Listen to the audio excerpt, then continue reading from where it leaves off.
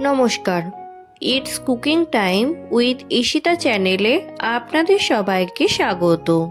আজকে আমার রেসিপি জনপ্রিয় স্ট্রিট ফুড এগরোল। বাচ্চা থেকে বড় সকলেই এগরোল খেতে ভীষণ ভালোবাসে। আমার আজকের এই রেসিপিটি স্টেপ বাই স্টেপ ফলো করে যদি আপনারা বাড়িতেই এগরোল বানান, তাহলে আপনাদের গ্যারেন্টি দিয়ে বলতে পারি এই এগরোলের টেস্ট দোকানের এগরোলের থেকেও কয়েক গুণ বেশি হবে। তার জন্য এই ভিডিওতে রয়েছে অনেক ছোট ছোট ইম্পর্টেন্ট টিপস, তাই ভিডিওটি না টেনে সম্পূর্ণ দেখতে থাকুন। প্রথমেই এগরোলের জন্য ডো বানিয়ে নেব। তার জন্য একটি পাত্রে নিলাম 250 গ্রাম ময়দা, দিলাম স্বাদ মতন লবণ, আর ময়ানের জন্য দিলাম রিফাইন্ড অয়েল। এবার এই সমস্ত কিছু ভালো করে মাখিয়ে নিলাম। যদি দেখেন এই রকম মুঠো করলে মুঠো হচ্ছে, তাহলে বুঝবেন এগরোলের জন্য ময়ান একদম পারফেক্ট হয়েছে। এবার এটাকে অল্প অল্প জল দিয়ে মেখে নিতে হবে। একেবারে বেশি জল দেবেন না, কারণ যদি আপনারা বেশি করে জল দেন তাহলে জলের পরিমাণ বেশি হয়ে যেতে পারে। ভিডিওটি ভালো লাগলে একটি লাইক, কমেন্ট এবং অসংখ্য শেয়ার করবেন। আর যারা এখনো পর্যন্ত চ্যানেলটিকে সাবস্ক্রাইব করেননি তারা অবশ্যই চ্যানেলটিকে সাবস্ক্রাইব করে দেবেন। ডো এই রকম ভাবে মাখতে হবে। ডো মাখা হয়ে গেলে ডোয়ের ওপরে সাদা তেল মাখিয়ে নিলাম। ডোটাকে আধ ঘন্টার জন্য ঢাকা দিয়ে রেস্টে রাখতে হবে। এবার এগরোলের জন্য বাকি প্রিপারেশনটা করে নিচ্ছি। তার জন্য একটি গাজরের খোসা ছাড়িয়ে এই রকম সরু সরু লম্বা লম্বা করে কেটে নিচ্ছি। একইভাবে শসার খোসা ছাড়িয়ে লম্বা লম্বা সরু সরু করে কেটে নিচ্ছি। পেঁয়াজ একইভাবে সরু সরু করে কেটে নিচ্ছি। এগরোলের ডো এই রকম সফট বানাতে হবে। রেস্টে রাখা ডোটা আবারও একইভাবে মেখে নেব। ডো থেকে লেচি কেটে নেব। এখানে লেচির আকার একটু বড় করে কেটে নিচ্ছি। এগরোল বানানোর জন্য ময়দার পরিমাণ আপনারা আপনাদের প্রয়োজন মতন বাড়াতে বা কমাতে পারেন। এবার লেচি বড় রুটির আকারে বেলে নেব। এই রকম বড় করে বেলে নিয়েছি। কড়াই গরম হলে এগরোলের পরোটা দিয়ে দিলাম।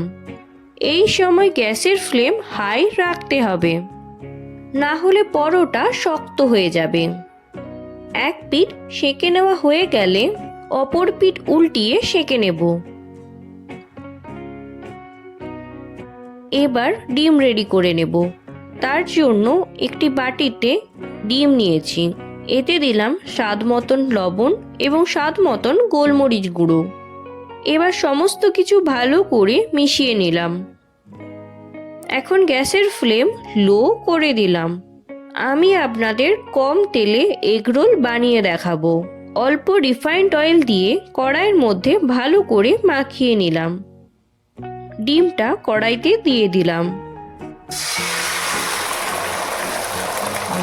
আগে থেকে সেঁকে রাখা পরোটা ডিমের ওপরে দিয়ে দিলাম।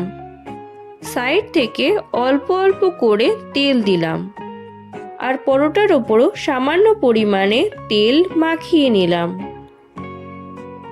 পরোটা উল্টে অপর পিঠটা ভেজে নিলাম। দুই পিঠ ভালো করে ভেজে নিয়ে তুলে নিলাম।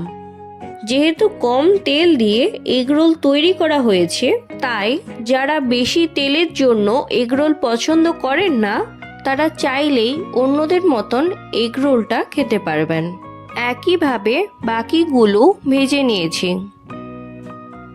এবার এগরোলগুলো মুড়ে নেব।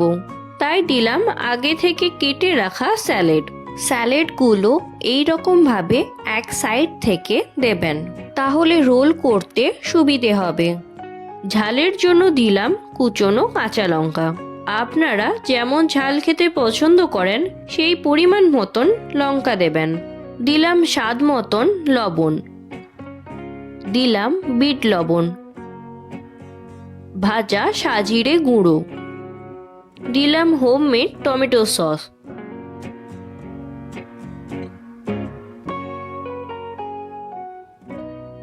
এবার এগরোল মুড়ে নেব।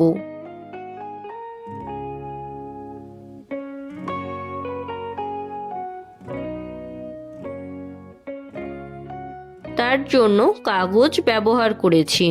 আপনারা চাইলে অ্যালুমিনিয়াম ফয়েল ব্যবহার করতে পারেন, তবে খবরের কাগজ দিয়ে মুড়বেন না।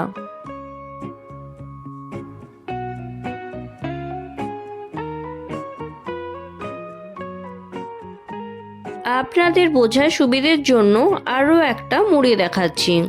এতে আগের এগরোলের মতোই সমস্ত কিছু দিলাম। বেশি পরিমাণ টকের জন্য দিলাম পাতিলেবুর রস। যারা এগরোলে অতিরিক্ত টক খেতে ভালোবাসেন তারা পাতিলেবুর রস ব্যবহার করতে পারেন। দেখুন কত কম সময়ে কম তেলে সুস্বাদু এগরোল তৈরি হয়ে গেল। আপনারা অবশ্যই একবার ট্রাই করে দেখবেন, আর খেতে কেমন হয়েছে তা কমেন্ট বক্সে জানাবেন। তাহলে আজ এখানেই বিদায় নিচ্ছি।